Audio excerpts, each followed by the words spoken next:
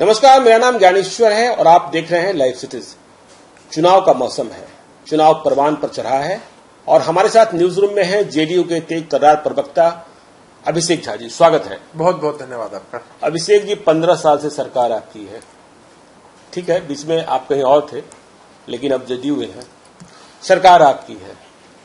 Nitish Kumar vote मांग रहे हैं अपने काम पर, लेकिन दिख ये भी रहा है कि वे अपने काम पर वोट मांगने के साथ 15 साल पुरानी सरकार को जो उनके पहले थी, राजद की सरकार के दिनों को याद कराकर, बार बार जंगल राज की बात कर वे चुनाव को किस दिशा में ले जाना चाहते हैं? क्या चुनाव विकास के मुद्दे पर होगा कि भय के मुद्दे पर होगा?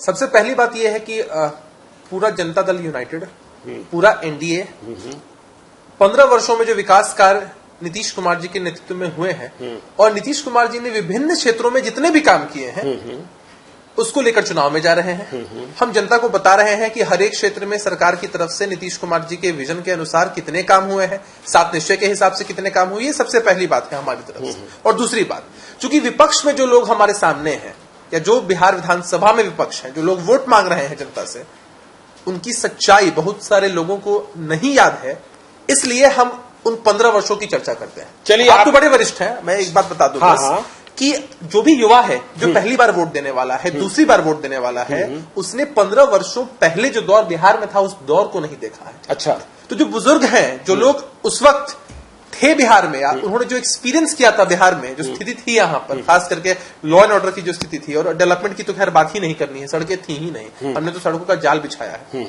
तो जो लोग जानते ही नहीं थे कि बिहार में क्या है, उन्हें इस वस्तु स्थिति से अवगत कराना तो जरूरी है।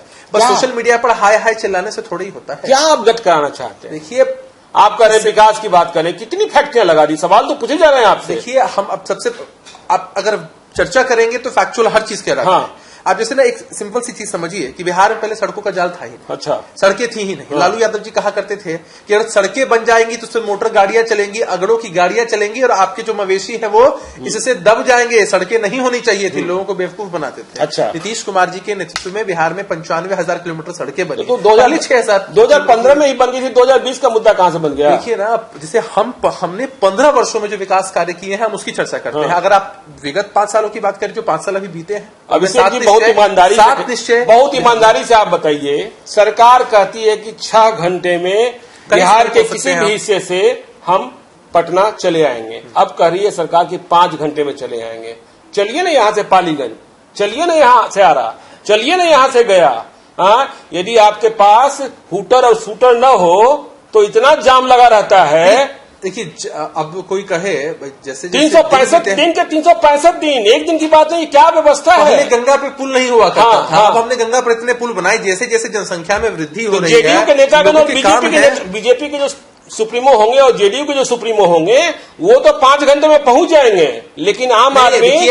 जाम की स्थिति हर दिन नहीं होती है, मेरा ऐसा मानना है। अच्छा, कई बार आप जाए, जैसे दीघा पर समानांतर पुल बना, उस पुल से यात्रा कितनी सुगम हो गई उत्तर बिहार की। मैं भी उत्तर बिहार का हूँ, आप तो खैर पूरे बिहार में घूमते हैं, आपने देखा है, तो ऐसी बात नहीं है। पहले हम लोगों को अपने गांव तक जाने में कितनी परेशानी हुआ करती थी। अच्छा, लेकिन हाईवेज बने भारत सरकार की तरफ से, एनएचएआई के द्वारा, या उसके अलावा हमारे घर तक, हमारे गांव तक जिस तरह की सड़कें बनी है, उससे सब कुछ सुगम हुआ। देखिए, चुनाव के बाद टेस्ट एंड ट्रायल कर लेंगे, टेस्ट एंड ट्रायल कर लेंगे। बुद्धा सर्किट महाबोधि मंदिर जाने में लोगों को क्या परेशानी होती है वह भी कभी कभी देख लिया कीजिए। नहीं, जाम की स्थिति हर दिन नहीं होती और हर दिन एक जैसी नहीं होती है। अच्छा, हाँ। तो जाम की स्थिति कभी होती है, सीजन के हिसाब से होती है, लोग ज्यादा लोग एक पूरी संख्या में कहीं जा रहे होते हैं, तो वो अलग सी बात है। लेकिन हर दिन वो स्थिति नहीं है। आप इस बात को तो नहीं नकार सकते हैं ना कि बिहार में 2005 से पहले मात्र 6,000 किलोमीटर सड़कें थी और नीतीश कुमार जी के नेतृत्व में 95,000 किलोमीटर सड़कें बनी है। 6,000 किलोमीटर तो हमने छोटे और बड़े पुलों का निर्माण कराया है। तो भाई, जो डेवलपमेंट है वो बिहार की जनता देखती है। आप बताइए, आपने जो कब से देखा है पटना को? इतना पटना का सौंदर्यीकरण हुआ, चौड़ीकरण 2005 में आपकी उम्र भी 13 साल होगी, आज आपकी उम्र हो गई 28 साल या 29 साल, तो 15 साल में आप भी बहुत बढ़ गए। अच्छा, कितना अच्छा सुंदर बाल हो गया, कितनी अच्छी दाढ़ी हो गई, कितनी अच्छी बंडी पहनने लगे। ठीक है ना? देखिए, किसी इंसान के हिसाब से आप देखें, जैसे एक ना रफ्तार दिखती है ग्रोथ की। आप देखिए कि वो तो नारा है तेज तेजस्वी देखिए, अब तो वो तो किसी व्यक्ति को केंद्रित करके ऐसे कह रहे हैं। चलिए, अब 15 साल पुराने दिनों की याद आपने सवाल जब किया कि आप 15 साल की चर्चा क्यों करते हैं, सबसे बेसिक बात यह है कि जो अपोजिशन में है यहाँ पर, जो लोग लोक लुभावन वादे कर रहे हैं कि हम ये कर देंगे, हम वो कर देंगे, तो सोचिए कि एम्प्लॉयमेंट वाला मुद्दा तेजस्वी यादव जी इतने पुरजोर तरीके से उठा रहे हैं। वो तो कह रहे हैं 10 लाख लोगों को नौकरी देंगे। 10 लाख ही क्यों कह रहे हैं वो? अच्छा, 1 करोड़ भी कह सकते हैं, सबको दे दे नौकरी। अरे भाई, जब कुछ आपको करना नहीं है तो आप कुछ भी कह सकते हैं। आप आंकड़ों की बात करें, 1990 से लेकर 2005 तक जब बिहार और झारखंड एक था, बिहार ज्यादा समृद्ध था, कोल माइंस थी, बहुत सारी चीजें थी बिहार के पास। राबड़ी जी और लालू जी के नेतृत्व में सरकार थी यहाँ पर। कितनी सरकारी नौकरियां दी गई? लगभग 95,000। और जब से नीतीश कुमार जी ने सत्ता संभाली है 2005 से लेकर अब तक 6 लाख से ज्यादा लोगों को नौकरियां, जिसमें नियोजित को भी जोड़ लिए, ठेका वाला भी जोड़ लिए, और 10 लाख से ज्यादा लोग असंगठित क्षेत्रों में भी काम कर रहे हैं। तो हमने इतनी नौकरियां दी हैं।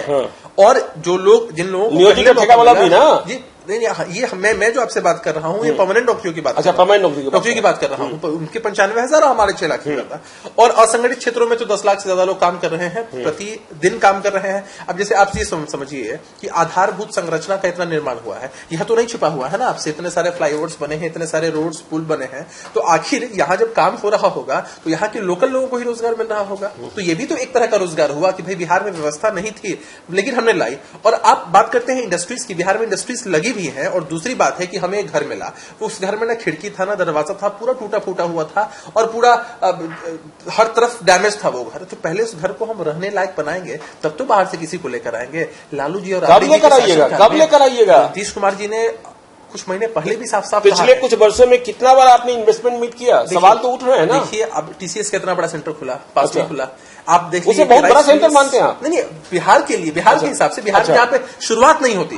जैसे आप देखिए ना कि आपने प्रयोग किया, इतना अच्छा चैनल खुला बिहार में, बिहार के लेवल में आपका चैनल इतना अच्छा, इतना बड़ा है। हो सकता है कि जब नेशनल लेवल पे हम कंपेयर कर रहे हो या इंटरनेशनल लेवल पे हम कंपेयर कर रहे हो तो शायद हम उतने बड़े नहीं। अच्छा। लेकिन ये शुरुआत होना बहुत जरूरी है। शुरुआत होने का माहौल अब आपसे छिपा हुआ नहीं है ना कि बिहार में कैसा दौर था, किस तरह से व्यवसायी डरते थे। आज के जो अखबार हैं वो विज्ञापनों से भरे रहते हैं। आप तो अखबार में रहे हैं, आपने देखा है कि अखबारों में विज्ञापन नहीं छपते थे उस वक्त, या विज्ञापन छपते भी थे तो कोई डर से कोई व्यवसायी अपना फोन नंबर नहीं देता था कि फोन नंबर अगर दे देगा तो किसका टेलीफोन आ जाएगा। और टेलीफोन जैसे ही अननोन नंबर से आता था लोग थर थर कांपते थे, या टेलीफोन उनके बेस फोन पर आता था, लोग डर से थर थर कांपने लगते थे कि पता नहीं कौन कितनी रंगदारी मांग देगा, कि किन्हीं का कोई चाचा है, कोई भतीजा है। एक उद्योग और व्यवसाय था। हाँ, ये मैं मानता हूँ, एक बहुत बड़ा उद्योग था। फिरौती का, रंगदारी का, अपहरण का एक बहुत बड़ा उद्योग था। हाँ, उस उद्योग को कम करा दिया नीतीश कुमार जी ने। उस क्षेत्र में जो रोजगार जिन लोगों को मिल रहा था वो समाप्त करा दिया उन्होंने। लेकिन डर और भय का कितना बड़ा वातावरण था। सामूहिक नरसंहार हुआ करते थे, सांप्रदायिक दंगे भड़का करते थे। इस तरह की तो स्थिति नहीं है। यह तो अभी नहीं कह सकते। तो वो तो तेजस्वी यादव कह रहे हैं कि जो भूल चूक गलती सलती हुई उसको माफ कीजिए। हम आग और पानी की दोस्ती हो सकती है। तेजस्वी यादव जी एक तरफ कहते हैं कि मैं अपने पिताजी के बताए हुए पद चिन्हों पर चलूंगा, तो चल के कहां तक जाइएगा? होटवार तक, पहला सवाल। और दूसरा होटवार क्यों जाएंगे? मौर्या होटल भी जा सकते हैं। मौर्या होटल के मालिक और चाणक्य होटल के मालिक से जरा आप पूछिए कि वो दौर कैसे गुजरता था उन पर, कि जब इनके इस्तीफा सलाहकार वहां आते थे और लात मारकर रूम्स खुलवा दिया करते थे, सारी सुविधाओं का आनंद लेते थे और बदले में ठेंगा थमाकर चल दिया करते थे। बदले में ठेंगा थमा देते थे ना, ऑब्वियसली। अच्छा। ये तो चर्चा का विषय रहा है। हाँ। हम सब ने देखा है, लोग डर से थर थर कांपते थे। लोगों को वो दौर जब याद आता है, या हमारे माताजी, पिताजी, दादा, तो बाकी लोग चर्चा करते हैं, बड़े बुजुर्ग की किस तरह की स्थिति थी उस वक्त, तो सोचकर ऐसा लगता है कि चलो कम से कम इस बिहार में हम हैं और अब माहौल कितना अच्छा हो चुका है। तो वो दौर बिहार भूला तो नहीं। अब तेजस्वी यादव जी के एक तरफ कहते हैं कि हम अपने पिताजी के बताए हुए पद चिन्हों पर चलेंगे, और दूसरी तरफ क्षमा मांगते हैं। और किस बात का क्षमा आप मांग रहे हैं? आप एक तरफ कह रहे हैं कि पिताजी के हिसाब से ही हमें चलना है, और दूसरी तरफ उनके राज्य को जंगल राज जब कहा गया था। अच्छा, जंगल राज किसने कहा? आपने कहा? मैंने कहा? नहीं, हाईकोर्ट। एक हाईकोर्ट के सम्मानित जज ने कहा, उस वक्त के लॉ एंड ऑर्डर की स्थिति को देखते हुए कहा। तो दोनों चीजें एक साथ तो नहीं हो सकती। मुजफ्फरपुर शेल्टर होम भी तो हो गया अभिषेक जी। देखिए, कहीं भी अपराध अन्याय होता है यहाँ बिहार में, सरकार न किसी को बचाती है न फंसाती है। तर्क संगत, न्याय संगत कार्रवाई हो रहा है। लालू यादव फंसाते थे और बचाते थे। उनके संरक्षण में कितने लोग हैं आज तक? अच्छा, एक बात बताइए कि जब भी कोई दागी होते हैं तो उस पर कार्रवाई होती है। पार्टी किसी का ना समर्थन करती है, ना किसी के पक्ष में कुछ बोलती है, ना किसी के पक्ष में जाती है। लेकिन आज भी जो इतने सारे लोग हैं जिन्होंने पूरे देश के पटल पर बिहार का नाम धूमिल कर दिया, बड़े बड़े सुरमाओं का नाम है, मुझसे बेहतर आप जानते हैं नाम क्या लेना है उनका। उन लोगों के साथ आरजेडी के लोग, राष्ट्रीय जनता दल के लोग खुद को बगल में खड़ा करके बड़ा गौरवान्वित महसूस करते हैं। ये किस बात का परिचय है? ये तो हर पॉलिटिकल पार्टी में है। नहीं, हर पॉलिटिकल पार्टी में कैसे? हमारी पार्टी में आपको बताएं हम, हाँ। कि जो लोग भी इस तरह के हैं, पार्टी कभी उनको ऐसा इस तरह का प्रमोशन नहीं देती है। अच्छा। जब तक न्यायोचित कार्रवाई हो रही है, तर्क संगत कार्रवाई हो रही हो, न्यायालय में मामला लंबित हो, चलता रहता है।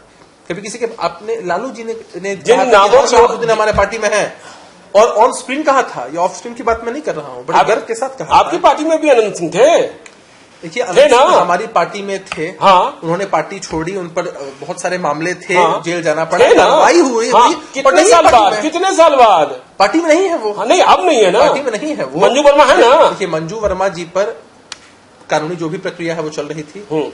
स्पष्ट रूप से कोई आरोप उन पर डायरेक्ट थे नहीं। अभी तक कोई मामला स्पष्ट हुआ नहीं है। उन्होंने मतलब मंजू वर्मा पाक साफ है? पाक साफ हमने नहीं कहा। अच्छा, देखिए, उन पर सामने से, लेकिन मुजफ्फरपुर शेल्टर होम जैसे मामले में जिसका नाम आया, जो दोषी है, हाँ, सीबीआई जांच करे, जो दोषी हैं, सजा काट रहे हैं क्या, पर ट्रायल में चल रहे हैं। हाँ। और उन पर बहुत लोगों पर आरोप डायरेक्ट सिद्ध हुए हैं। सब पर कार्रवाई हो रही है, कोई समस्या की बात नहीं है उसमें।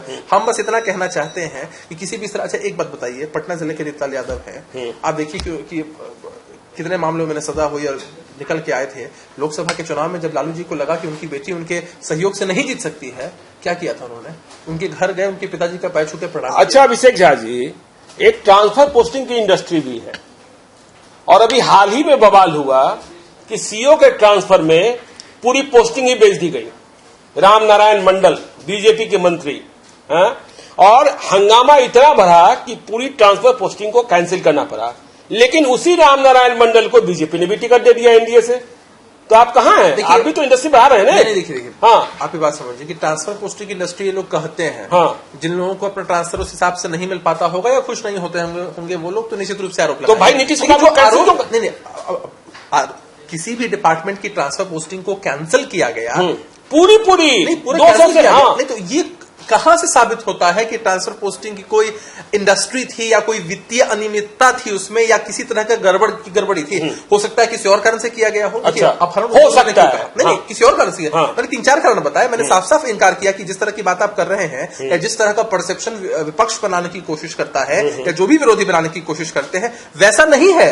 उसके अलावा बहुत सारे कारण हो सकते हैं ना डिपार्टमेंट में, कि भाई हमें अभी नहीं करनी है, या टेक्निकल लोगों को यहाँ लाना है, वहां लेके जाना है। तो ये जो आरोप लग रहे हैं वो तो एकदम तथ्यहीन है। अच्छा। उसमें कोई तथ्य नहीं है, सामने से कोई साबित नहीं हुआ है। और जहां भी कभी भी इस तरह के मामले आते भी हैं, नीतीश कुमार जी ने जीरो टॉलरेंस की नीति अपनाई है। जब भी इस तरह के मामले आते भी हैं तो कभी भी इनको प्रमोट नहीं किया जा सकता है। कार्रवाई होती है, कार्रवाई के बहुत सारे एग्जाम्पल। चुनाव में कितनी सीटें हम लोग? हाँ जी, देखिए, बहुत स्ट्रांग दावा है हमारा, और हम जानते हैं कि जनता हमें आशीर्वाद देगी। एनडीए नीतीश कुमार जी के नेतृत्व में बिहार में विधानसभा के चुनाव में 3/4 बहुमत के साथ सरकार बनाने जा रहा है। 3/4 बहुमत के साथ चिराग पासवान हवा में उड़ जाएंगे? देखिए, चिराग पासवान जी एनडीए के हिस्सा नहीं है। अच्छा, इसलिए टिप्पणी ही क्या करनी है उनके बारे में। विशेषकर भाजपा के नेताओं ने बता दिया है, भाजपा के यहाँ के प्रदेश के नेतृत्व ने, और जो राष्ट्रीय नेतृत्व है उन्होंने भी ब्रीफ कर दिया है। तो पहले जब हम लोग कहा करते थे कि ऐसी बात नहीं है, तो लोग बड़ी उंगलियां उठाया करते थे और अजीब अजीब तरह के कमेंट्स हमें देखने को मिलते थे। लेकिन आपने देखा है साफ साफ, अमित शाह जी ने कह दिया, प्रकाश जावड़ेकर जी ने कह दिया, भाजपा के राष्ट्रीय प्रवक्ता संबित पात्रा जी ने साफ साफ बता दिया कि एलजेपी कहीं ना कहीं एक वोट कटवा पार्टी है। चलिए, तो आप लड़ रहे हैं बिहार को उस दौर से बचाने के लिए कि जहां लोगों के हाथ थर थर न कांपे अननोन कॉल्स को देखकर। निश्चित रूप से बिहार में भय का वातावरण नहीं रहे। घर से निकलने वक्त रात को आप, अच्छा, हम ही लोग अपने परिवार के साथ कहीं भी चले जाते हैं। आप मौर्य लोग का आप माहौल देख लीजिए, आप किसी भी पब्लिक प्लेस का माहौल देख लीजिए, लोग इत्मीनान से अपनी जिंदगी हंसी खुशी से जी रहे हैं। ऐसा माहौल तो नहीं है ना कि घर से बाहर निकलना है अगर 12 बजे या 2 बजे तो हनुमान चालीसा का पाठ करना पड़ेगा, दुर्गा सप्तशती का पाठ करना पड़ेगा। अरे भूत पिशाच तो लगी सी एक दुनिया है, लेकिन उसके अलावा जिस तरह का माहौल था बिहार में। बहुत बहुत धन्यवाद अभिषेक जी। आज